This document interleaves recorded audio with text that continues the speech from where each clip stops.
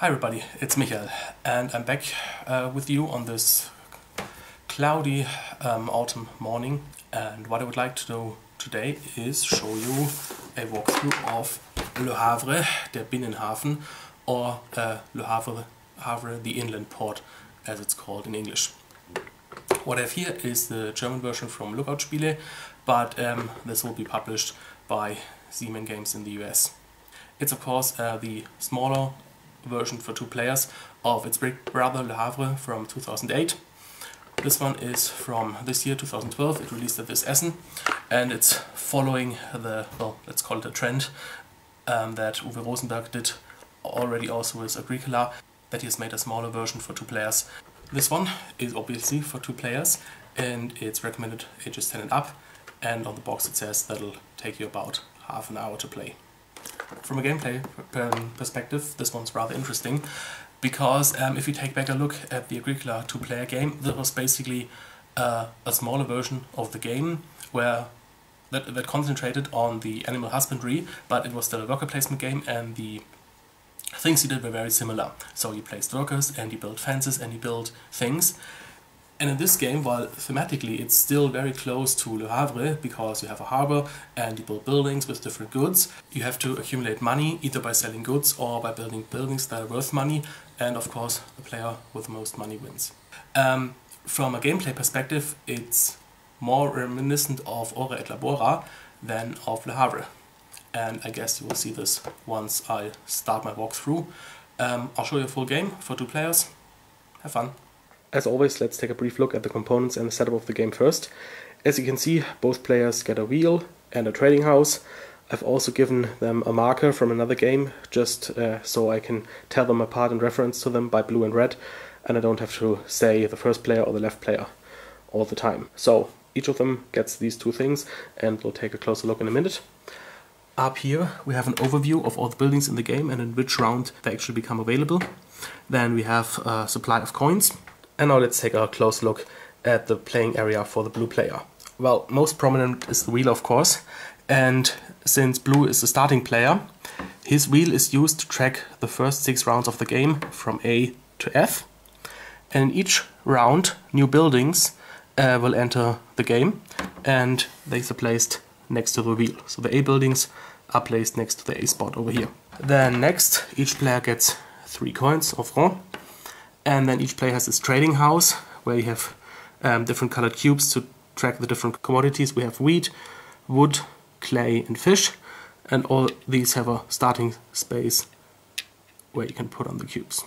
And I would like to mention that there are several possibilities of tracking your goods. You have these wooden cubes, then you have these cardboard tokens, which are even 2-sided, so anything you prefer, and I actually prefer the wooden cubes. And in case that you forget which good is which, you also have an overview over here. And to see how much of a certain good you currently have in your stockpiles, you just add up the number that is associated with the column and the row. So right now we have 1 grain, 2 wood, 3 clay and 4 fish. But for example, if later on this cube would be up here, then I would have 5 plus 6 for a total of 11 fish. And things for the second player look almost identical, but his wheel is used to track rounds G to L, and he also has the appropriate and corresponding buildings. And now we're ready to start the first round of the game, round A, and the blue player will go first.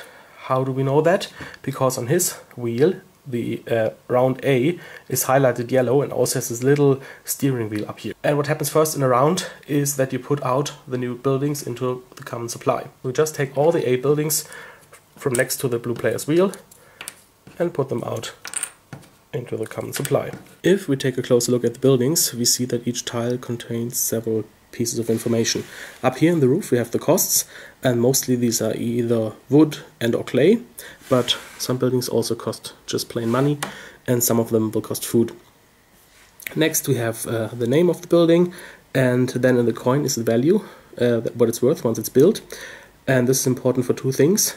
Either when you sell it, and that might happen voluntarily, or you might be forced to do it, and then you get half that value back in cash. And also at the end of the game, each of your buildings will be worth the full amount in victory points. And finally, at the bottom, we have each building's effect. After placing the new buildings at the start of each round, the players get a certain amount of actions, which you can tell by the little number underneath the current round, so 3 actions.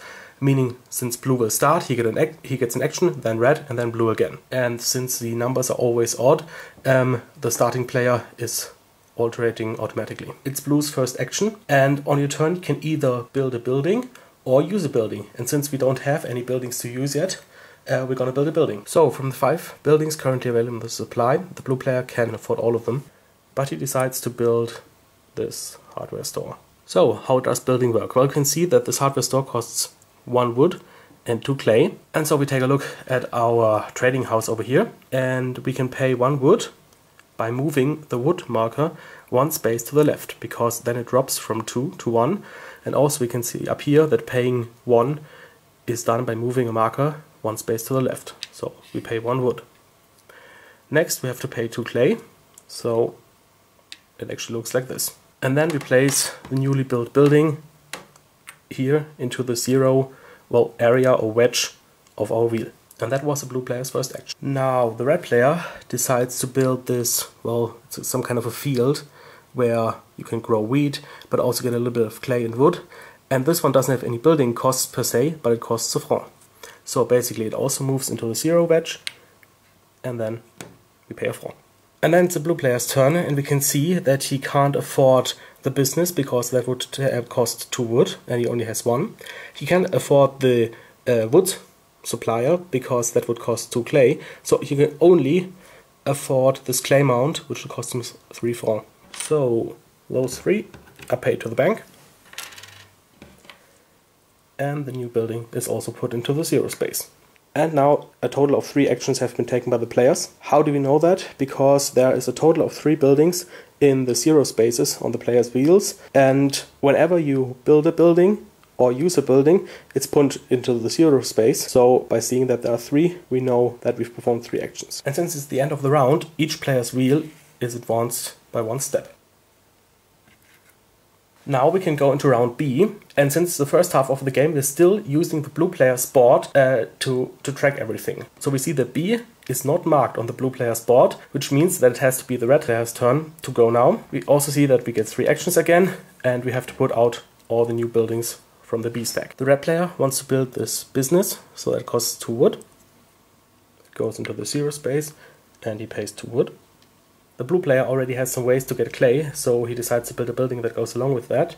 And this is this, it's a building that burns the clay into bricks or something, and it costs a wood and a clay which he can afford. So it goes into the 0 space, and he pays a clay and a wood. And the red player builds this, well, let's call it a smokehouse where, well, fish is smoked, and it costs a clay.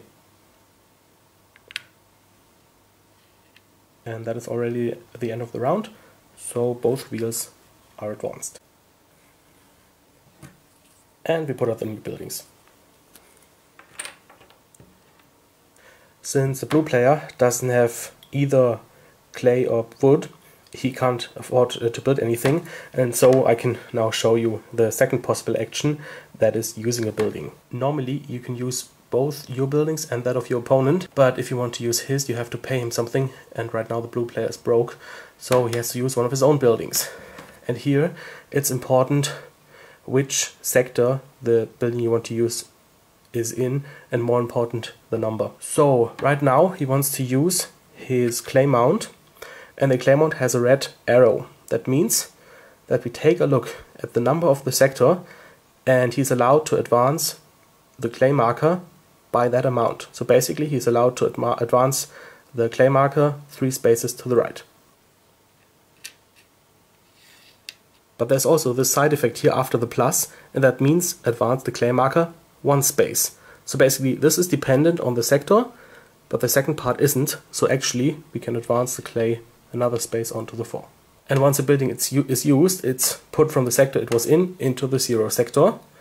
And by that we also know that an action has been taken because a building is put into the 0 sector, only this time it was put there because it was used. The red player is still able to afford something, namely this wood supplier, and it costs 2 clay. And the blue player, with his newly gained clay, can now build this bakery for 2. And the wheels are turned.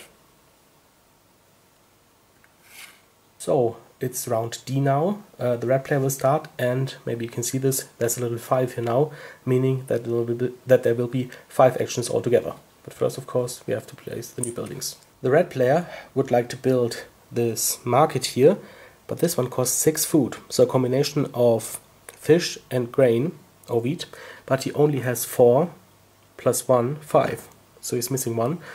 But fortunately, he has a way of making more food.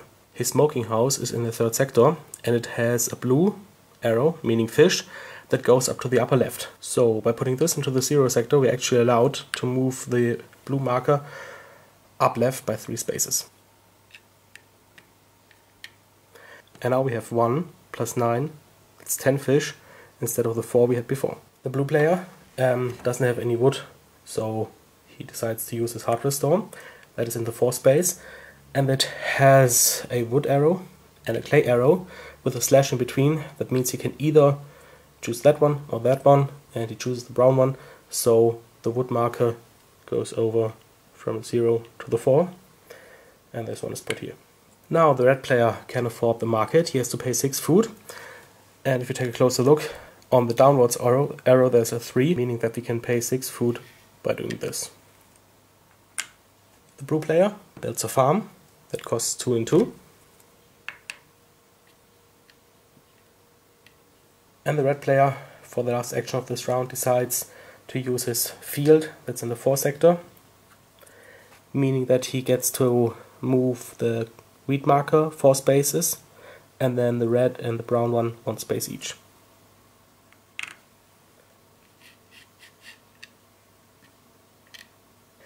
And then it's the end of the round, and the wheels turn. And we put out the new buildings.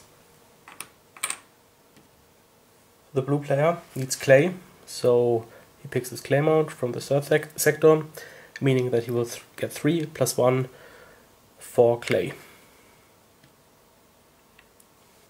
The red player builds a restaurant for 1 and 1. The blue player builds a sawmill for 4 clay. Now the red player would actually like to use a building of the blue player, so he takes one of his francs, gives it to the blue player, and says that he would like to use his bakery in the 3rd sector, meaning that he will be able to advance his wheat marker up and left by 3 spaces. And as usual, this one gets put in the 0 sector. For his last action, the blue player decides to return the favor. He pays the franc back, and he decides to use the shop that was in sector 4 of the red player's wheel, so he gets 4 coins, and the yellow and the blue marker advance by 1 space.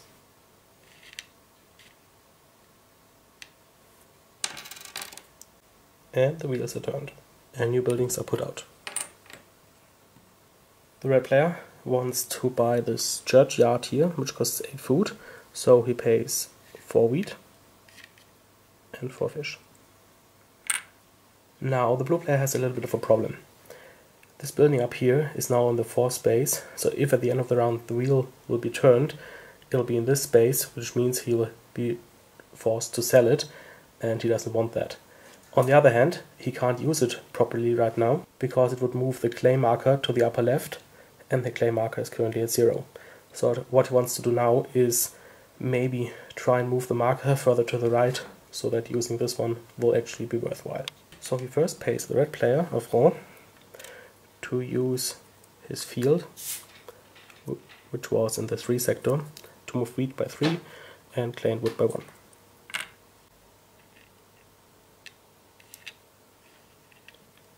The red player uses his wood supplier, so he gets 4 wood. And to get at least something out of it, the blue player uses his clay factory over here. He will get 4 activations, but he can actually only use 1, and the others will go away. But next to the 4 there's a little franc, so at least he gets that one. So basically on the last space of the wheel you get 4 activations, just like on that spot, but you also get 1 franc. And of course it's put here. And finally the red player builds this fish market for 3 wood.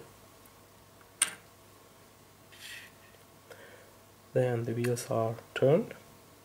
And since now the wheels have made 1 full turn, we will now look at the red player's wheel for reference. So we're in round G. Each player will get 7 actions. It's not the red player's turn to start, so it will be the blue player's, but we have to put out the buildings.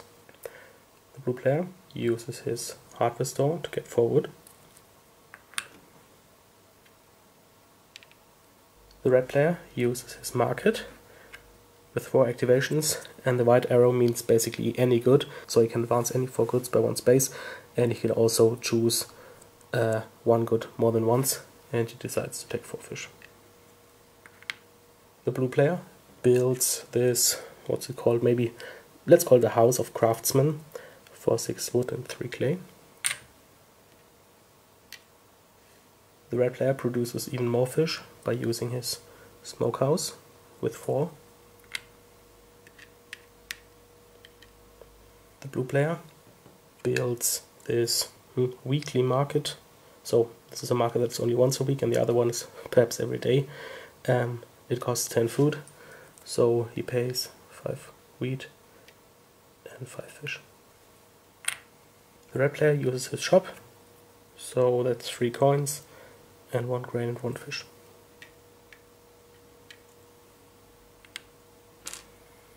The blue player finally decides to use his farm, and this one is a little bit peculiar because it's on the 4, so you get 4 advances to the upper right for the grain, but then you also move 1 back. So basically this is a net movement of 3 up for the yellow one. And of course the wheels are turned. And the new buildings are put out. The red player uses his restaurant, and so basically up to 4 times he can convert 1 food into 2 coins. So he pays 4 food by paying 4 fish, and so he gets 8 coins. The blue player decides to pay the other player a franc and decides to use his churchyard, which was on the 3, so he gets to advance his grain marker and his fish marker by 3.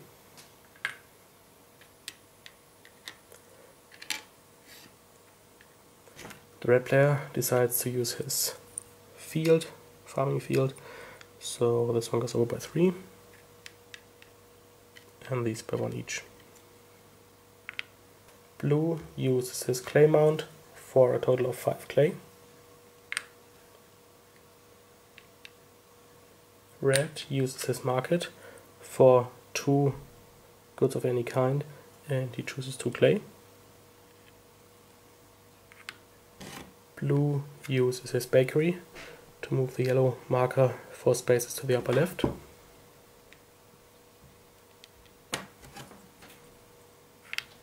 And finally, red builds a construction company for 2 wood and 3 clay.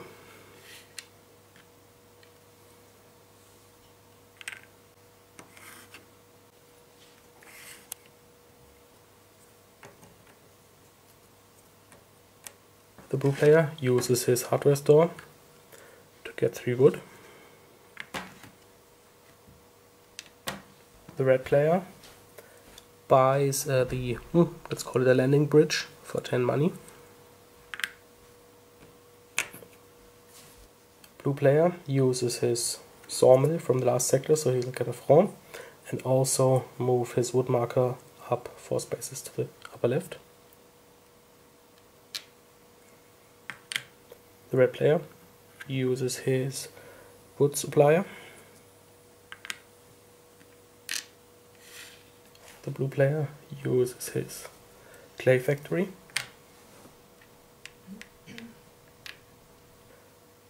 The red player sells fish in his fish market, so up to 4 times you'll be able to pay a coin to move the fish marker up to the right, but he's only able to do this 3 times, so he only pays 3 coins.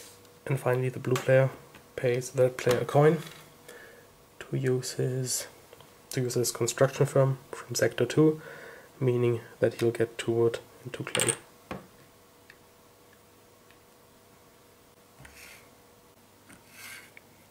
And we move into round J, where there will be 9 actions. The red player buys this craftsman building for 12 food, so that's 8, and another 4 is 12. The blue player uses his weekly market. It's on the 4, so up to 4 times he can move either the blue or the yellow marker down to get 4 coins, and he moves the yellow marker down by 4 spaces, so he gets 16 coins. The red player needs clay, so he pays a franc to the blue player and he uses his clay mount in the 3 sector, so he gets 4 clay. The blue player uses his craftsman house, and this arrow is multicolored, which means that for each activation, and he gets 4 of them, you have to move a different marker. So basically, since it's in the 4th space, we can move each marker up to the left once. But we couldn't choose any marker twice. The red player wants to build this fish factory, and this one has a lock, so it's actually not put on the wheel, but rather next to the playing area, and it has no in-game effect, but at the end of the game it'll give you an additional victory point for each fish that you have. So we put it here, and we pay 2 clay and a wood. Actually, just for this round, let's put it here so we can keep track of how many actions we've already done. The blue player builds this, well, I guess it's kind of a palace if you look at it. And by the way, each building has an illustration on the back. This one also is not put on your board, doesn't have an in-game effect, but actually it's worth 26 points at the end of the game. So just as a reminder, we put it here and we pay 8 clay, and since we can't move that marker twice in that direction, we basically pay 9 wood and have overpaid by 1, which we don't get back sadly. The red player uses his shop for 4 coins and an advance for the wheat and fish each. The blue player builds the shipping company for 3 wood and 6 clay. And finally, the red player uses his churchyard and can advance grain and fish by 3.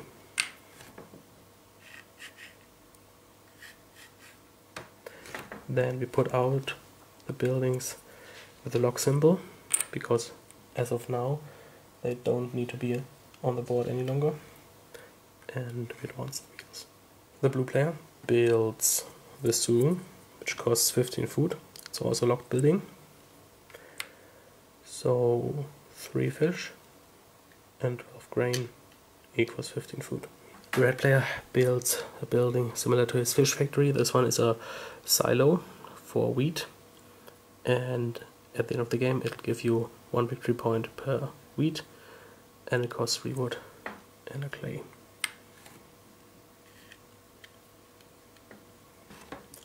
The blue player decides to use his farm, so he gets to move the yellow marker up and to the right by a total of 3 spaces. The red player pays blue player a 4 and decides to use his bakery in the 4th sector, meaning he gets to do this. The blue player pays a 4 right back and uses the red player's construction firm, which is at 3. So he gets 3 wood and 3 clay. The red player uses his restaurant, so he can sell up to 4 food and get 8 coins. And he sells 4 food by moving the fish marker down here. The blue player decides to build this trading house that costs him 5 clay and 7 wood. The red player uses his fish smoking house and moves his marker 4 spaces up to the left, generating as much fish as possible for his factory. And finally, the blue player decides to use the red player's landing bridge, which was at the 3, meaning that we'll get 3 arrows to the right for any good, plus another 2, so that's 5 increases that we can spread among any goods as we like. And we pick 2 clay and 3 wood. And now it's the end of the round, so the wheels get turned. And we're actually into our last round, so for the last time new buildings are put out. First, the red player uses the blue player's weekly market, which was at 3, so we can decrease 3 times for a total of 12 coins. And we do it like this, and we get 12 coins. The blue player uses this building. It was at 3, so he gets to move up 3 markers, 3 different markers, up and left by 1. The red player uses his restaurant again, so he can sell 2 food for 4 coins. The blue player uses his trading house, so he can move up to 2 different goods, down and left by 1 for 5 coins. And he moves down fish and grain, so he gets 10 coins. Since the red player has now 30 coins in cash, he's able to afford the Seine bridge, which costs exactly 30. The blue player uses his shipping company. It is on 3, so that gives him 3 times 3 equals 9 coins. The red player uses his landing bridge, and it was on 2, so he gets 4 spaces worth of goods to the right, and he spreads them equally among grain and fish. So it's blue player's last action in the game, and since he has unfortunately missed out on getting any buildings that will grant him victory points for leftover goods at the end of the game, the only way to make more points is to make money, and the best way to do this is to pay the red player 1 coin and to use his shop, which was in the 3 sector, so at least he gets 3 money. And for his final action, the red player decides to save his market from the forced sale at the end of the round, and he activates it. It was at 4. Since it was at 4, he also gets a coin, and then he gets 4 moves to the right for any goods, and he splits them equally among grain and fish. Now at the end of the round we advance both wheels, and we see that this field here has to be sold and was worth 4, so the red player will get half of that back from the bank, so basically he lost 2 coins. Now for red's final score. First of all, let's add up all the value of the buildings. 6 and 8 and 16 is 30. 3 times 10, another 30. 16 and 14, 30 again. 8 and 22, also 30, so these are 120. Then 50 for the bridge is 170. We have 22 fish, so that's 192. Then we have 15 grain, so we're at 207, plus another 4 in cash is 211 for the red player.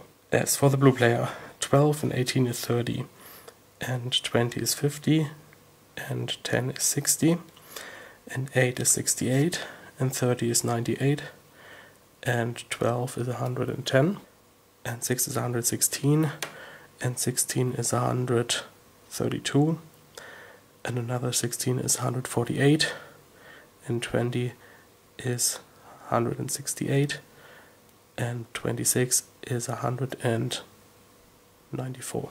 And 194 plus 41 in cash is 235. So blue has 235 and red has 211.